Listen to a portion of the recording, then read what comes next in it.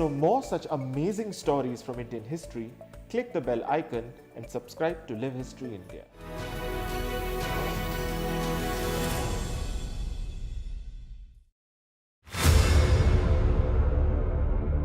On the 20th of October 1962, China's People's Liberation Army walked across the Himalayan border in Ladakh and crossed the McMahon Line in the eastern sector in Nefa, taking India completely by surprise. In the conflict that followed, India lost over 3,000 soldiers in a war that came to be known as the Indo-China War and suffered a humiliating defeat. This 1962 war was an important marker in the making of modern India. But how did the two big neighbors who had been close through the 1950s come to this pass? In 1954, China and India had signed the famous Panchsheel Agreement based on the 5 principles of peaceful coexistence and non-interference.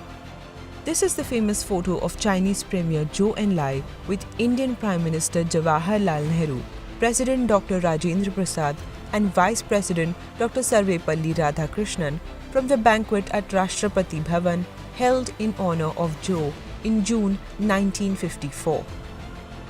However, the Panchsheel Agreement was signed even as issues on the border between India and China were contentious, a legacy of the colonial regime.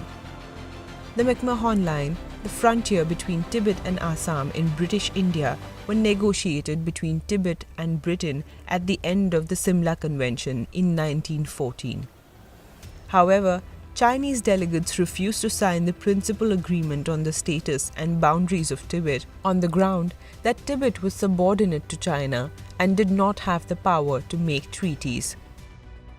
Troubles in Tibet worsened the situation. In March 1959, the Tibetans rose against Chinese occupation. The Dalai Lama fled to India, where he was given asylum. China considered this as an interference in their internal affairs and thus a violation of the Panchsheel principles. Soon after, there were minor clashes between the Chinese and Indian troops patrolling the border. In August 1959, at Longju on the western edge of Nefa, now Arunachal Pradesh, and in October at Konkala on the Kashmiri Xinjiang frontier. Letters were exchanged between the two governments for negotiations, but the two neighbors could not find a common ground.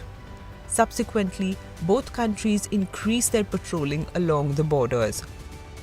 In November 1961, India adopted the Forward Policy, setting up many new outposts and pushing patrols as close as possible to the India-defined border in Ladakh and to the McMahon Line in Nefa. In turn, the Chinese set up posts opposite the Indian posts and at times even surrounded them. India's response was to order its troops to force a way through the Chinese encirclement. Various minor conflicts and military incidents between India and China were reported throughout the summer of 1962.